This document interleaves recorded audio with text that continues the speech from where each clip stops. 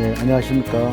자, 강원도 해안 사람들의 생활과 강원도 문학과 민속 놀이에 대해서 강의할 한국문화 스토리텔링 연구원의 이학주 원장이라고 합니다.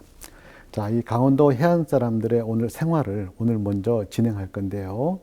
자, 강원도 해안은 상당히 깁니다. 고성에서부터 양양, 속초, 강릉, 그 동해, 삼척까지를 쭉 이어지는데요. 그 많은 것들을 오늘 함께 할 수 없어서 자, 그 주문진 소도를 중심으로 말씀드리고자 합니다. 먼저 소돌의 지명과 생업일반인데요. 자, 지명을 보시면 좀 독특하죠. 소돌. 한자로 우암이라고 합니다. 소우자에다가 바이암자를 쓰고 있는데요. 자, 소돌 사람들은 그 자신의 마을을 소가 들어놓여 있는 마을의 형국이라고 얘기하고 있습니다. 자, 소 하면은 우리가 상당히 그 많은 생각들을 가지게 되는 우리가 동물 중에 하나인데, 소는 그 상징 체계로 볼 때 천우라는 그런 상징을 갖고 있습니다. 곧 하늘소라고 그러죠. 하늘 천자에다가 소우자를 쓰고 있는데요. 자, 이거는 하늘신에게 제사를 지낼 때 희생물로 바쳤던 그런 소에서 나온 말입니다. 그래서 소 상징이 나오면은 그 마을에 풍요가 들고요. 질병이 없고 또 그리고 뭔가 낙원으로 인식한다는 그런 그 체계를 이렇게 갖고 있습니다. 우리가 소돌에 가보면요. 소돌의 아들바위 공원이라는 걸 이렇게 보게 되는데요. 그 앞에 보면 소돌항이 있습니다. 소돌항은 소구유에 해당된다 그래요. 자, 구유는 소가 밥을 먹을 때 일종의 밥그릇이라고 하잖아요. 그리고 그 옆에 가면 아들바위 앞에 가면은 그 기괴한 모양의 바위 형상을 볼 수 있는데 그것이 바로 소뿔입니다. 자, 그런 식으로 이 소돌 사람들은 마을을 소 모양으로 인식하고 있어요. 결국 소돌 사람들은 마을을 최고의 낙원으로 만들고자 했다라고 이렇게 이제 볼 수 있습니다. 그래서 이 때문인지 몰라도요. 마을에서는 설왕제나 풍어제나 별신국 같은 것을 행하는데요.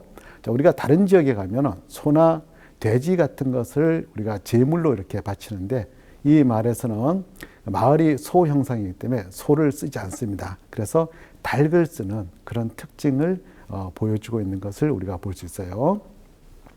자, 그 다음에 소돌 사람들의 생업 일반을 보면요. 우리가 그 가서 쉽게 볼 수 있는데 새벽 아주 일찍 일어나야 됩니다.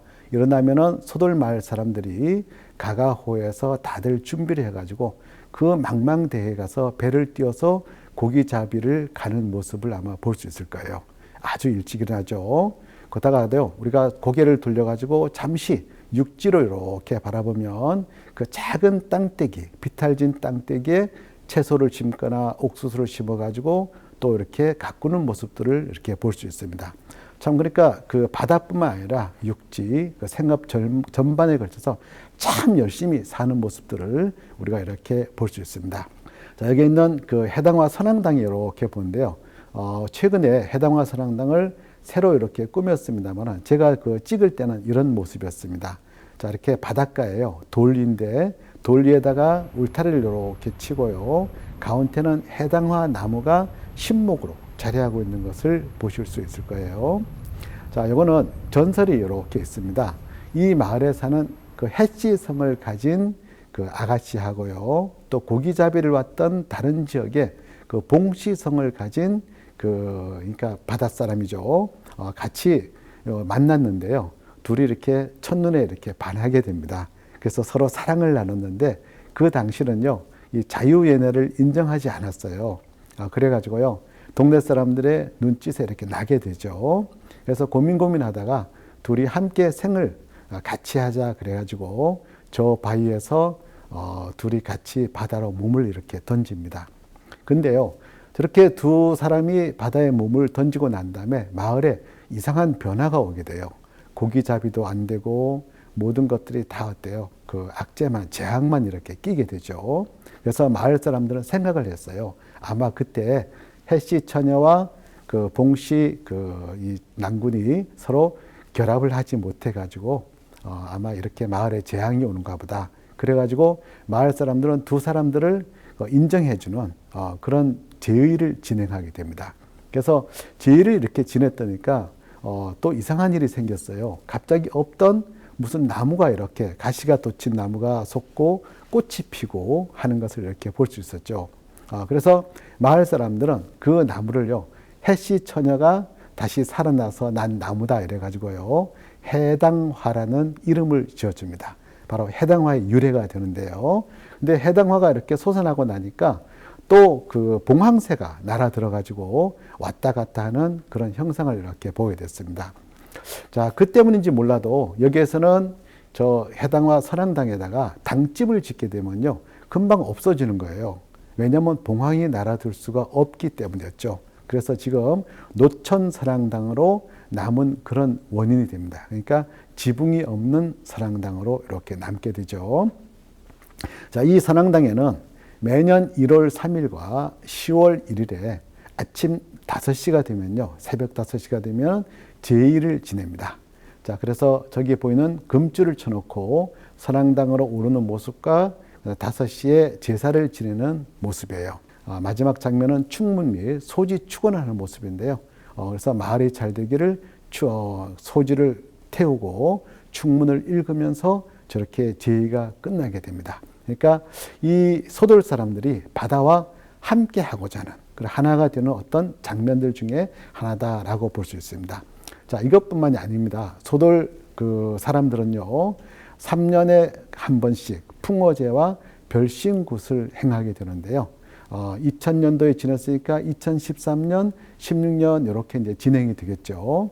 그때 그 풍어제와 별신굿을 이렇게 지냈는데 선앙당에 가서 그 당신을 모시고 내려와 가지고요, 소돌항 옆에 아들바위 공원에 가서 이렇게 천막을 치고 이렇게 그 축제를 여는 그런 장면들을 이렇게 볼 수 있을 겁니다. 근데 저 장면에서 물론 마을의 풍요와 안녕을 기원하고 또 고기잡이를 갔을 때 그 만선이 돼서 들어오는 그런 장면이 이제 오기를 기도를 하겠죠. 근데 더 하나 중요한 거는 그동안 바다에 가서 이렇게 그 삶을 달리했던 사람들, 그 사람들의 혼을 모셔가지고 넋을 달래는 그런 그 행사를 같이 이렇게 행하고 있는 것을 이렇게 볼 수가 있습니다. 그래갖고 산매기라고 그래요.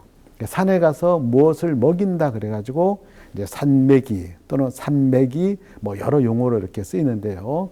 지금은 이제 그 산매기라는 용어를 통상적으로 이렇게 쓰고 있습니다. 근데 보통 산매기 하면 산에 가서 이렇게 먹이잖아요. 근데 여기 그 주문진 소돌 마을 같은 경우는 산에 가서도 하고 바닷가 해수욕장에 있는 특정 나무에 가서도 합니다. 그 조상신이 어느 나무에 강림을 하는 거죠. 자, 우리 이거 갖고는 보통 신목 또는 신수라고 얘기를 하는데요. 이 그 동해안의 해안 사람들은 저렇게 바닷가에 가서도 산매기를 하는 장면들을 우리는 볼 수 있습니다. 진짜 자연과 하나가 돼서 함께 살아가는 그런 모습들이 잘 나타나는 장면이다라고 볼 수 있죠. 자, 그리고 그 안택고사는 우리가 이제 강원도 전 지역에서도 이렇게 볼 수 있는 내용이었지만도 특히 해안 사람들은 이런 그 안택고사를 빠지지 않고 지내는 그런 모습들을 이렇게 볼 수 있어요. 대부분 3월과 10월에 이렇게 지는데요. 날을 잡습니다. 날을 잡아가지고 성주신, 조항신 하는 집안에 있는 신들을 이렇게 달래는 그런 고사거든요. 그래서 성주신은 이제 다들 아시겠지만도 집안을 관장하는 최고의 그런 신이죠. 그래서 우리가 쌀을 넣어가지고 봉지로 이렇게 하든가 아니면 항아리에 담아가지고 그래서 성주 단지라 그래가지고 이렇게 모시게 되는데요. 근데 조항신은 바로 부엌에 있는 신이에요. 바로 참 재밌죠. 우리 그 집안에 보면 세 신이 아주 유명합니다. 성주신, 조항신, 측신이거든요. 성주신은 쌀단지고요. 조항신은 밥을 해 먹는 거예요. 자, 측신은 우리 화장실이죠. 어떻게 되는지 우리가 상상을 해보면은 금방 아마 잘 아실 겁니다. 근데 이 소돌 마을에 가면요, 좀 특이한 것이 있는데 아들 바위라고 있어요. 자, 저기 바위에 가면은 그 바위가 그 구멍이 이렇게 가운데 이렇게 뚫려져 있고요. 밑에는 아들 바위라는 그런 그 표석이 이렇게 있습니다. 저거는 두 가지 전설이 있습니다. 하나는 신라시대 전설이고요. 하나는 최근의 전설인데요. 신라시대 때 그 아들이 전쟁에 갔는데요. 돌아오지 않는 거예요. 그래가지고 어머니가 이렇게 기도를 계속 합니다. 하다니까 어느 날 꿈에요. 산신령님이 나타나가지고 그렇게 너희 아들을 돌려보낸다라고 했어요. 근데 전쟁에 돌려보낸 아들은 돌아오지 않고요. 그 전쟁에 돌려보낸 아들과 똑같은 아이가 어머니 몸에서 탄생을 하게 됩니다. 그래서 전쟁에서 죽은 아이가 그 아이로 다시 아들로 탄생했다 이래가지고 저게 아들바위라고 이제 합니다. 최근의 전설은 아주 재밌어요. 그 아이를 낳지 못하는 두 부부가 있었습니다. 결혼을 했는데 10년, 20년이 가도 아이가 안 낳는 거예요. 그래서 이 부부가요, 아마 당신과 나는 인연이 안 되는 것 같으니까 헤어지자고 했는데 그냥 헤어지기는 섭섭하니까 우리 여행이라도 한번 다녀오자라고 합니다. 그래서 그 간 곳이 바로 여기 소돌에 있는 아들바위였어요. 근데 사람이 많은 것이 아니라 아주 한가했죠. 저게 큰 구멍이 있으니까 두 부부가요, 마지막으로 거기서 일을 치르게 됩니다. 그러고 나서 태기가 이제 생겨가지고 나중에 아이를 낳아요. 이렇게 낳고 나서 몇 년이 지난 다음에요, 두 부부가 그곳을 다시 여행을 옵니다. 그때 택시를 탔는데 택시 아저씨한테 그 얘기를 해요. 우리가 이랬는데 아들을 낳았다라고 했습니다. 그랬더니까 그 택시 아저씨가 나중에 거기에 손님을 모시고 갈 때 그 지역만 지나갈 때마다 그 부부의 이야기를 계속 하는 거였어요. 그러니까 강릉시에서는 이거 재밌다 해가지고 나중에 아들바위라는 그런 명명을 했다라는 그런 두 가지 이야기가 있는 것을 볼 수 있는데요. 자, 이게 이런 것들을 우리가 이렇게 볼 때 바로 이제 기자신앙이 되겠죠.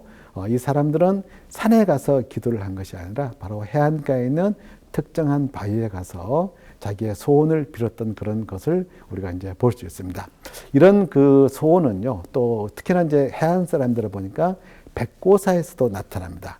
배를 새로 이렇게 사거나 또 매년 그 정초가 되면은 배에 가서 성주신을 모시는 고사를 지냅니다. 우리가 아까 얘기했지만 성주신 하면 보통 집안의 신이었잖아요. 근데 이제 해안에서는 배에도 성주가 있다 그래가지고 배성주를 모시게 됩니다. 근데 우리가 그 해안가 사람이라면 전통신앙만 모시는 게 아니고요. 바로 지금에 있는 그런 종교들이 모두 들어와 있는 걸 볼 수 있습니다. 저 오른쪽에 보시면은 소돌에 있는 불교 제례를 행하는 장면들을 이렇게 볼 수 있어요.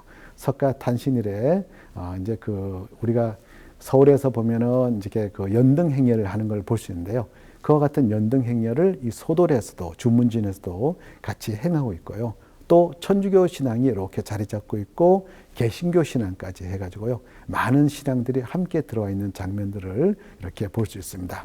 사람들은 바다 너머 어느 곳에 이상향이 있다고 생각합니다. 우리가 흔히 알고 있는 홍길동전에 나오는 율도국이라든가 또 연암 박지원의 소설 허생전에 나오는 무인공도에서 우리는 그렇게 볼 수 있습니다. 그런데요, 이 해안가 사람들은요, 바다 너머에 있다는 이상향을 바로 해안가 자기가 살고 있는 마을에다가 만들고 있는 것을 볼 수가 있습니다. 그래서 거친 바다와 싸우며 일하고요, 또 신께 빌면서 마을을 가꾸어 가는 모습을 우리는 볼 수 있죠.